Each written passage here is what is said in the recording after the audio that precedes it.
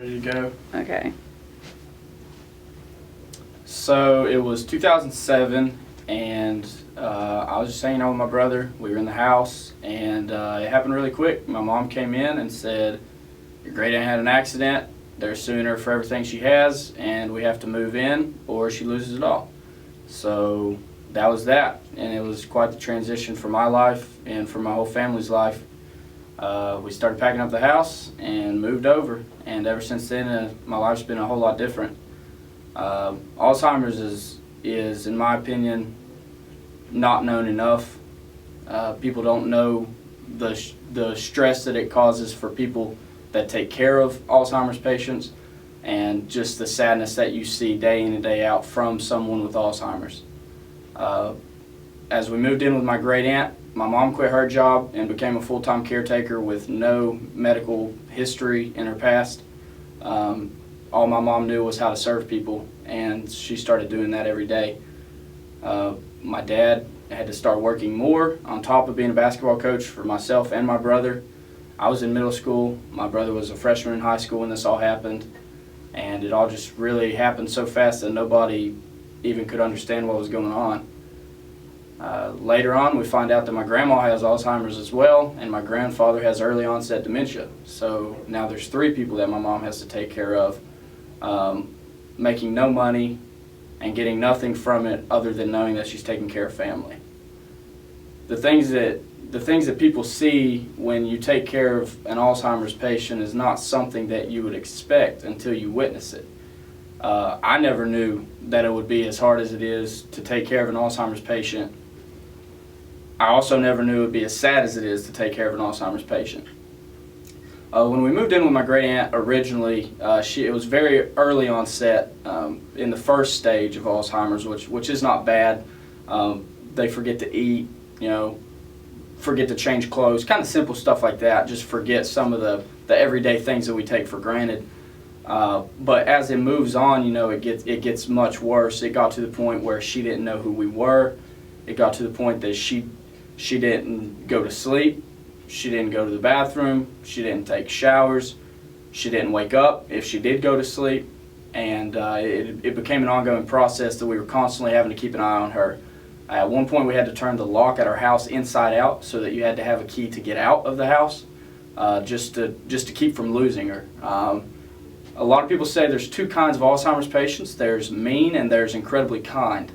My grandmother was incredibly kind. She would talk to anybody she saw. She would tell anybody she saw that she loved them, and she would say it 6 times because she forgot that she said it the first 5. Whereas with my great aunt, it was much different. She was mean. She was aggressive.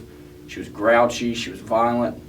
I can't count the times that she would try and leave the house, and my dad would have to pull her back, physically pick up an 80-plus-year-old woman and pull her back into the house while she throws a temper tantrum as if she's a 5-year-old.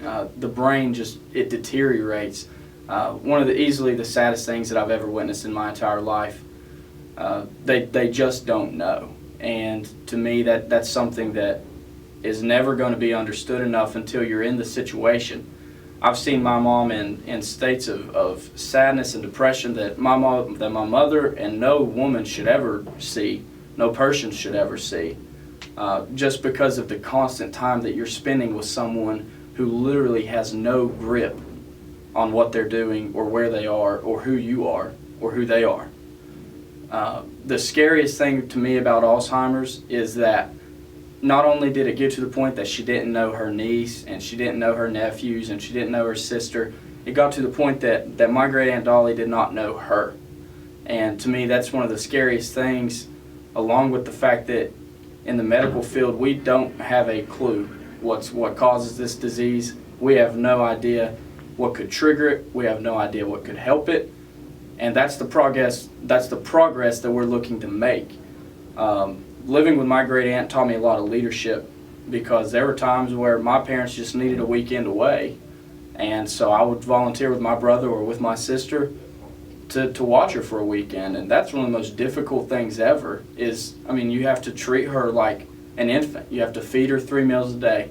You have to make sure that she's not falling down. You have to make sure that she's still in the house. You have to make sure that she's not doing things that could cause her harm in ways that she would forget are dangerous.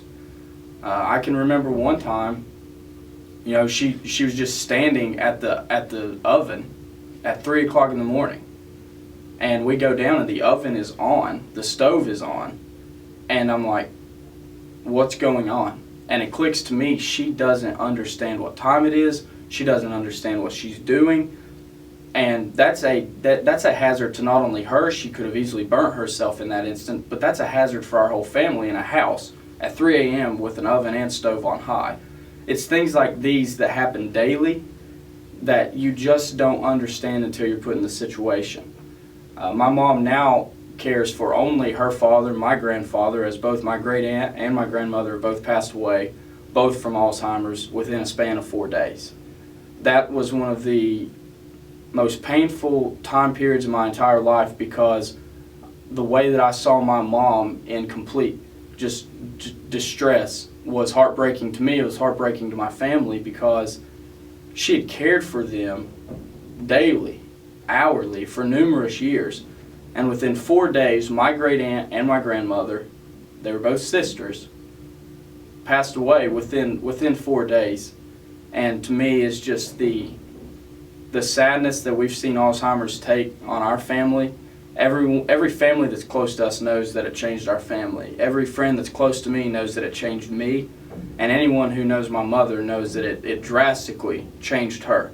Going from one of the happiest, most positive, most encouraging people I've ever met to phases where she just didn't want to do it that day. She just didn't want to get up and go through it again that day because of the toll it takes.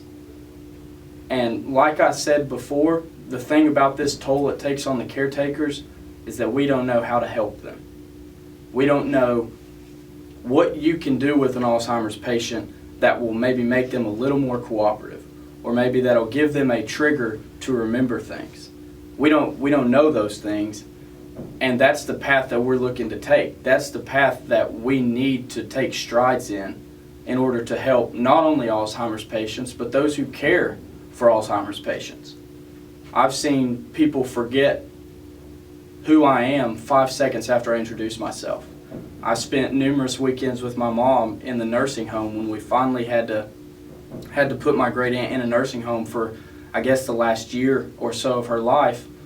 I've spent numerous weekends in the nursing home with my mom and just communicating with numerous Alzheimer's patients, and it was fun for me, because a lot of them would tell me the things they did remember about their life, and it was great to hear.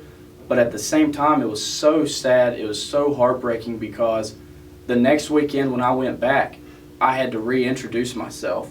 You know, I had to pick back up on a conversation that easily could have carried over and just started all over again. And when you're having to do things like that with your family, it hurts a whole lot more.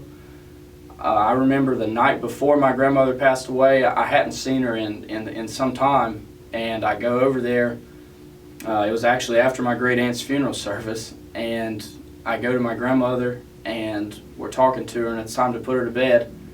And my mom goes to help put her to bed, and my mom looks at me and says she hasn't spoken in weeks.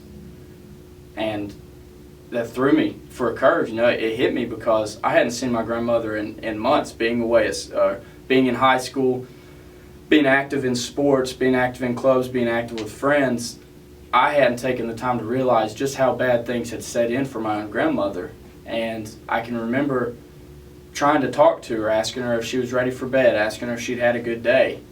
And all she would say to me was noises, bird noises almost, just no comprehensive ability to speak. And that's what Alzheimer's does. You know, it starts out, oh, I forgot to eat a meal. Okay, well, that's not a big deal, but the deals get bigger, the issues get more severe, and eventually my grandmother forgot how to speak. And the scary thing about it is, the crazy thing about it is, I know that there's hope, because the moment before my grandmother went to bed, she spoke. And she called out my aunt's name. She called Dolly. And that next morning she passed away. 4 days after my grandmother did, or 4 days after my great aunt did, my grandmother passed away. And that the next 2 weeks for my family were hard. at the same time, it was almost stress relieving for my mother. Just for 2 weeks, just not having an Alzheimer's patient really to take care of.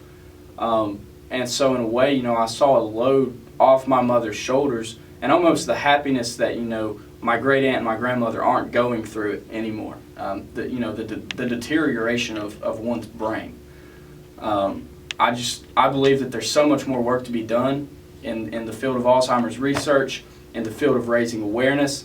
I know that my mother's very active, with Alzheimer's fundraisers in the walks around Bristol. I'm looking to be more active with Alzheimer's, and I'm hoping that through this project, myself and my group and the Pat Summitt Foundation, who we're working very closely with, can help to raise some form of just higher awareness for the disease that this is, and the pain that it causes to patients, and the pain that it causes to caretakers, and the pain that it causes to family.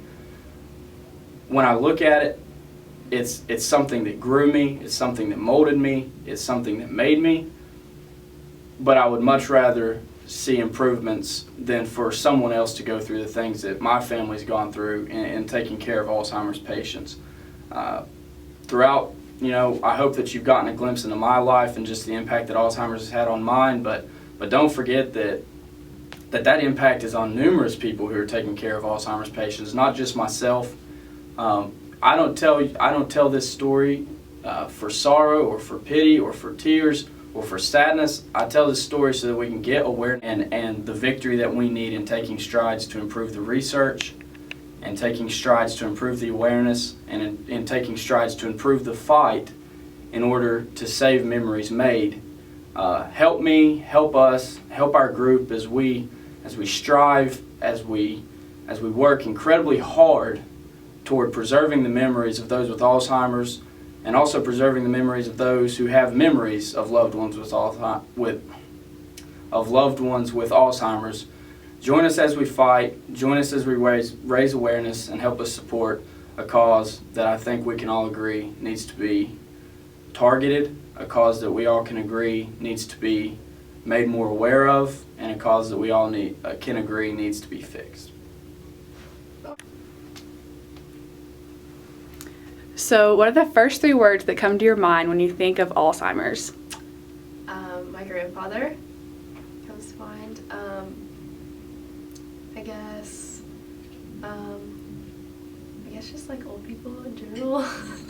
And probably like Pat Summitt. That's perfect. All right, tell us the first 3 things that come to your mind when you hear the word Alzheimer's disease. Empathy, misunderstood, and human. Awesome, thank you. So yeah, Don't be nervous. So what do I need to say? Just just the first 3 3 words things? that come to your mind, yeah. So I'll ask you the question first, then you can say it. okay. Okay, so what are the first 3 words that come to your mind when you hear Alzheimer's disease? I think of Pat Summitt, my grandmother, my great grandmother, and purple, the color purple. Perfect.